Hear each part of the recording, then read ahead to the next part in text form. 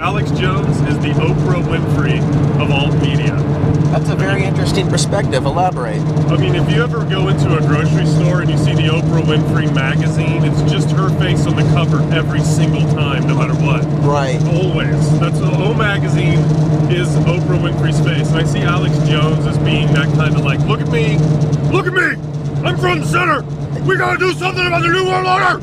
Buy gold, buy guns, GMOs. You know, so he's kind of the Oprah Winfrey of that.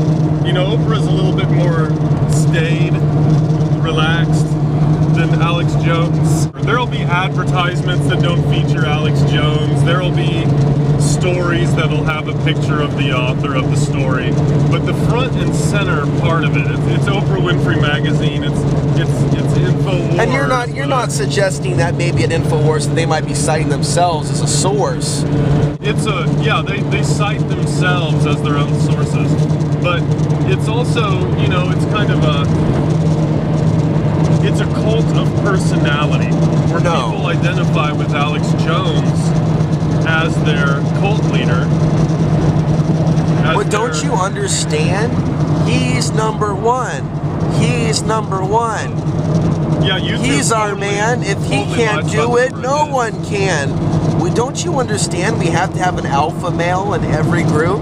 Oh, absolutely. I mean, why do you think? Bulldog, why do you think that just because there's truth involved in this that we can be all independent? Like we may have independent ideas, but we have to have a leader.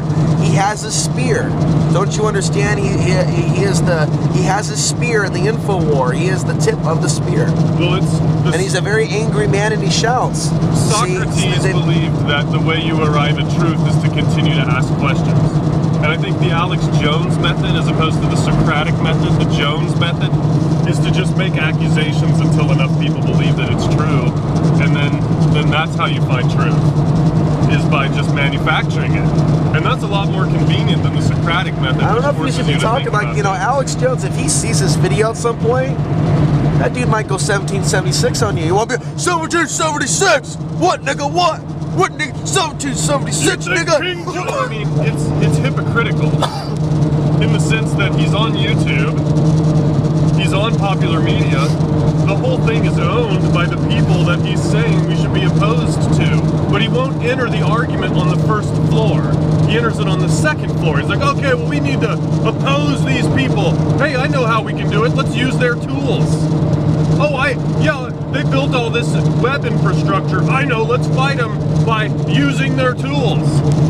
And you're a tool inside their tool belt when you're using their tools to fight them. You're not fighting them then, you're just becoming part of their system of control. And it's very difficult to break out of that system of control. I'm not pretending it's an easy thing.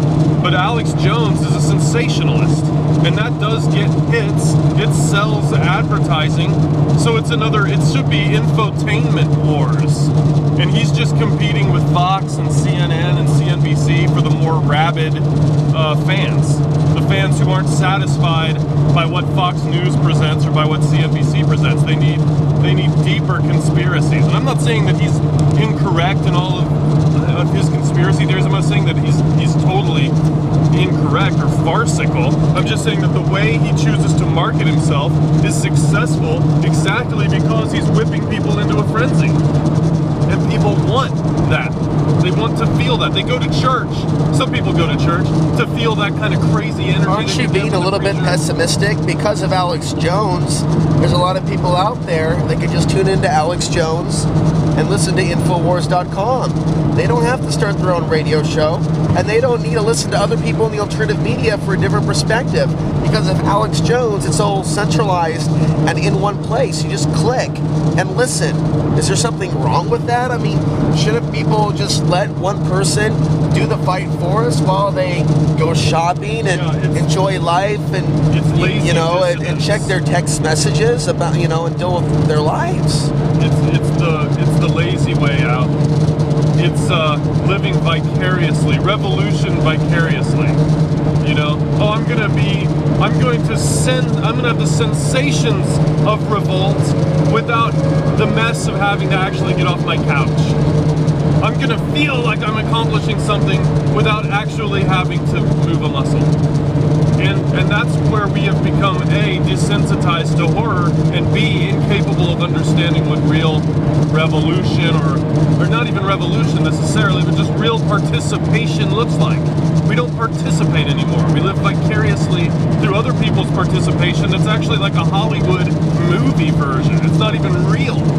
It's just this manufactured illusion of participation, of actually like, we're challenging, we're standing up to the New World Order, we're challenging the New World Order by using their tools and by being part of their system.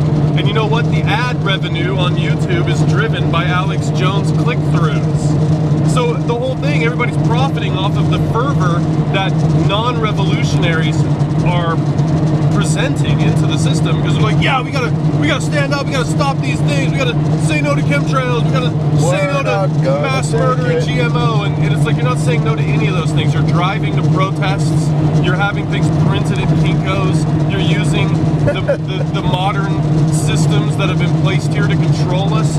We're using those. Facebook to organize resistance? Are you kidding me? YouTube. Yeah, YouTube, man. The revolution is going to be televised. Well, not, yeah, but no. It's just going to be consolidated. The revolution is just going to be manufactured, actually, and infiltrated and co-opted. And that's, Alex Jones is a big part of that. Now there's some people who are like, yeah, he's big for 9/11 truth. He's lighting that little candle every day. You know, he's helping promote that we need to investigate, and we should investigate. We should know more about our own history, right? Before it becomes too difficult for us as archaeologists of history to figure out what's actually happened.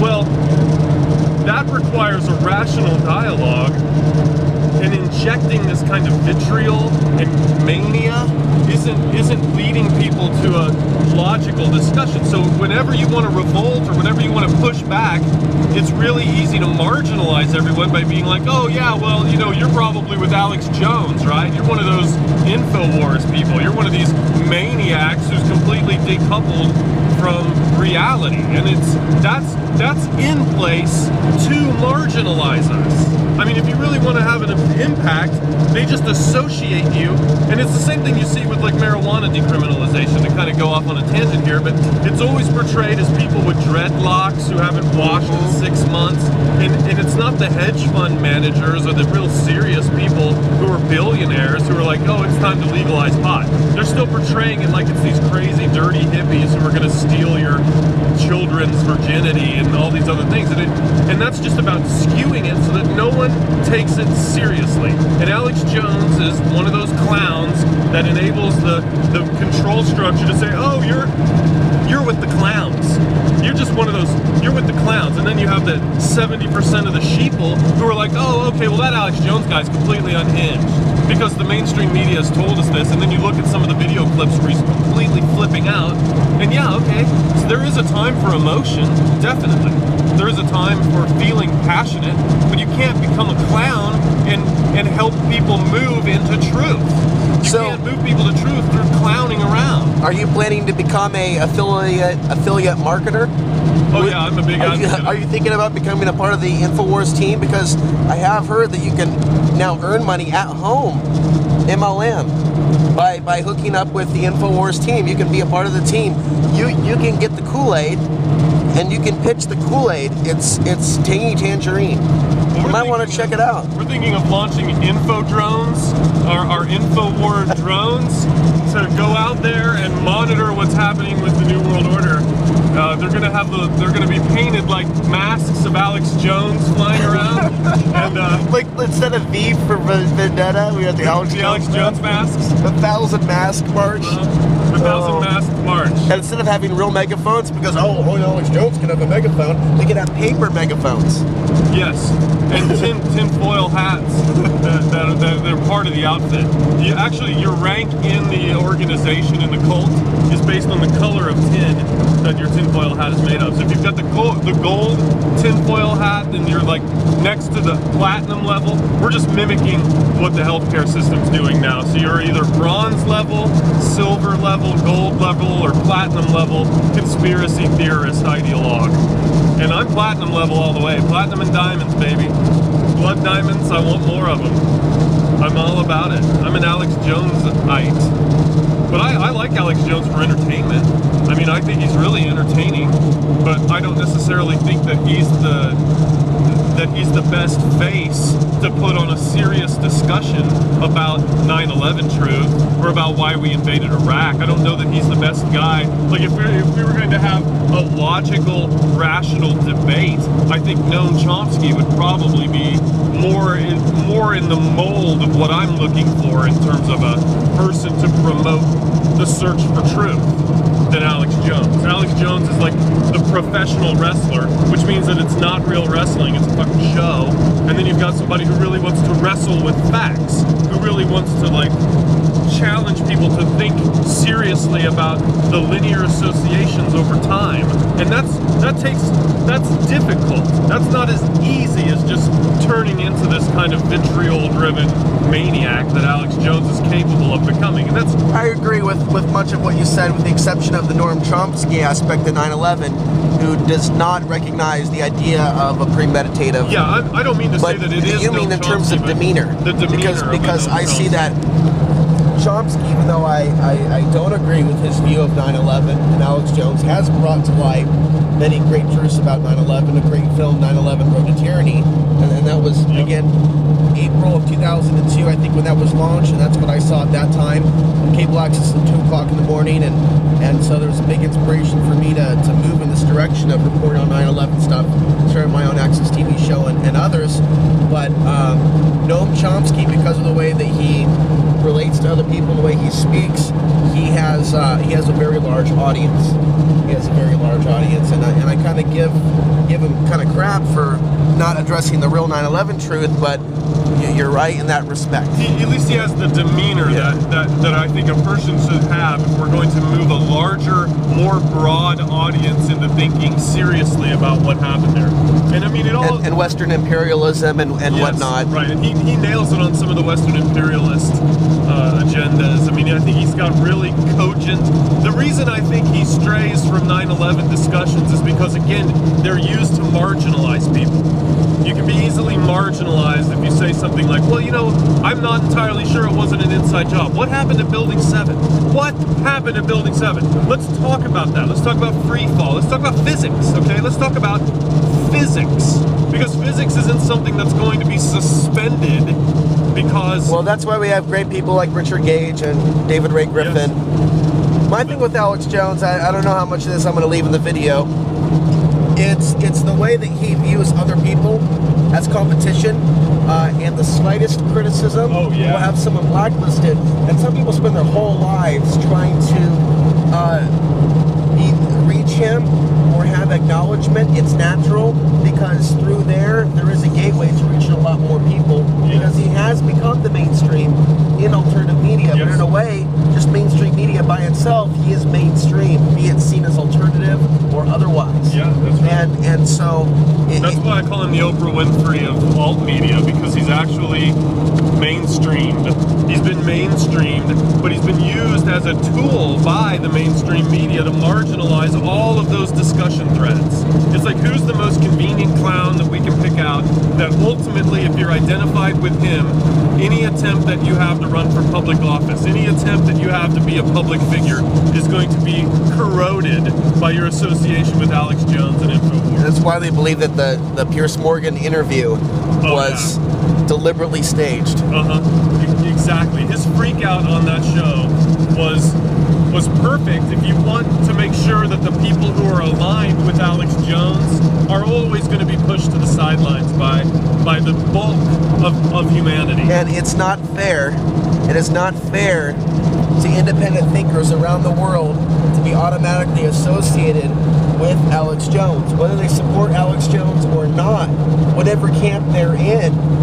It's very complex because, again, we recognize that he's brought to light certain truths, but in his dealings with his audience and other talk show hosts, he has shown himself to be a spiteful sociopath that truly, openly resents other voices in the quote-unquote movement. He truly shows full-on hatred and distrust of anyone outside of his inner circle. And this is documented by people that have left his inner circle. It is documented by those that have left his operation. But there are many people that used to work for Alex Jones that are not allowed to speak because they signed a confidentiality agreement. I mean, I would love to see like a side-by-side picture of Kim Jong-un and Alex Jones, the leader of North Korea. I would like to see Napoleon, the real Napoleon, and Alex Jones. Those three guys are very similar in a lot of respects. They're paranoid. They're looking for treachery at every turn. They think people are out to get them. And they create wedges between themselves. So if you can get your followers to totally hate something external from you, you can control them, and it keeps them from thinking about the atrocities that you yourself are committing as a leader. It's like Machiavellian principles here. Alex Jones has his own list of perceived enemies. He talks about an enemies list with Obama. Alex Jones has his own enemies list of those in the alternative media. But those that he has allowed close to InfoWars over the last decade are those that have shown themselves to be dedicated promoters solely of Alex Jones material, DVDs, and other merchandise. Yeah, I mean, if you listen to Glenn Beck, which or isn't you listen fair. to Rush Limbaugh, and you know how they do the product placement. Right. You know, they're like, oh, hey, you know, are you worried about your email being read by the NSA? Check out AlexJonesEmail.com. You can be such and such at Alex Jones. Checkpoint. Yeah, I know, it is. Really We're on a toll road? Yeah, it's all good though. So that's, yeah, it's like, then people are like, well, I got my Alex Jones email so the NSA can't hear me. I mean, this is stuff I don't know that Alex Jones has something like that, or if he has InfoWars emails that he I didn't sign up for his newsletter, but because at some point they already had my email, I do receive the magazine subscription. It's just there's also a lot of people that focus on not liking Alex Jones, but they watch him anyway. You know, I just try to stay away from the website. I unsubscribed from the YouTube channel approximately about a month ago. I also unsubscribed from Mark Dice because he bullies a lot of people. And what we're seeing is we're seeing a whole market for people that act like they're alpha males. It's attractive to. So this is actually upsetting some people in the audience simply because they're being critical. So we're actually dealing with fascism in the alternative media. We're dealing with fascist thinking forms, thinking processes. Yeah, it's and that's where it comes down to. It's like, okay, if you don't want your subscribers, people who subscribe to your philosophy, to become too introspective, you just whip them into a frenzy. And the way you do that is say, look, the time for rational dialogue is over. Now we have to be emotional. Now we have to feel rage. And we have to just use that rage, translate that rage into action. Get your boots on the ground. And then it's like, okay, well, don't think about the strategy. And that's the thing. There are generals who are planning large-scale movements, and then there are the foot soldiers who can't see more than 5 feet in front of them, and they're being led to the slaughter. And that's where it's dangerous to allow any media. Originally, the original intent of media was to be a large, diverse platform for ideas. And it wasn't supposed to be that all the radio stations are owned by 3 companies and all the newspapers are owned by 5 companies. When that happens, we lose the ability to have a healthy dialogue, and it all becomes based on how do we sell more futons? Oh, we've got all these advertisers that we have to appease. And then it becomes, well, how do you appease the advertisers? You have to get people whipped into a frenzy. Yeah, oh man! Like, and you got to pay the bills. Yeah, you got to pay the bills. And people respond to that. People respond to that type of programming. Yes. And through their money, So if we were to have like a really deep, thought-provoking program that was like, okay, serious news, all we do is deal with facts, then nobody would watch it because they can flip over to Alex Jones, also, they can flip over to Rush Limbaugh, and they can hear this kind of like rage machine, and then they can get that emotional feeling like in a church. Like it hits the God spot. It's a physical reaction. In addition to that type of reporting, fear-mongering reporting, having control over the guests, having exclusives. You do exclusives with us. You don't go on competing shows or shows that are seen on competing. So you give someone a spotlight, but you have a contract signed or you have some sort of agreement, verbal or otherwise. You chain them to your spotlight, yeah. And it's like, okay, well, we're only going to... Coast to Coast is known to have done that. Yeah. Well, so there's this kind of self-interest in all of these things. And the people who are involved in it, I think sometimes or a lot of times they get involved because they're deeply moved by something and they want to make a difference. And then somebody approaches them and says, hey, you know, like I sell gold, or hey, I'm a seller of guns, or whatever it is, and I want to put some advertising on your show, but I don't want you to challenge certain positions. I don't want you to talk about certain subjects. And it's like, okay, sure, no problem. Because there's money now. And in the end, money is a tremendous influence over everything almost. I mean, I can't think of anything that can't be influenced by money. And I think Alex Jones is susceptible to that too. And then you have to ask yourself as an entertainer, as a performer, what do the people in the audience want to see? And it turns out like you can do focus groups and testing. And it's like, well, hey, Alex, Mr. Jones, it turns out that the people really like it when you flip out. You don't have to be rational. You don't have to talk about things from a fact basis. Just flip out. Go crazy. Go crazy on Piers Morgan. Talk about having a violent armed revolution. Okay. Man, that thing gets so many hits. We just sold so much Tide. We just had all these product placement offers. Keep the train going, man.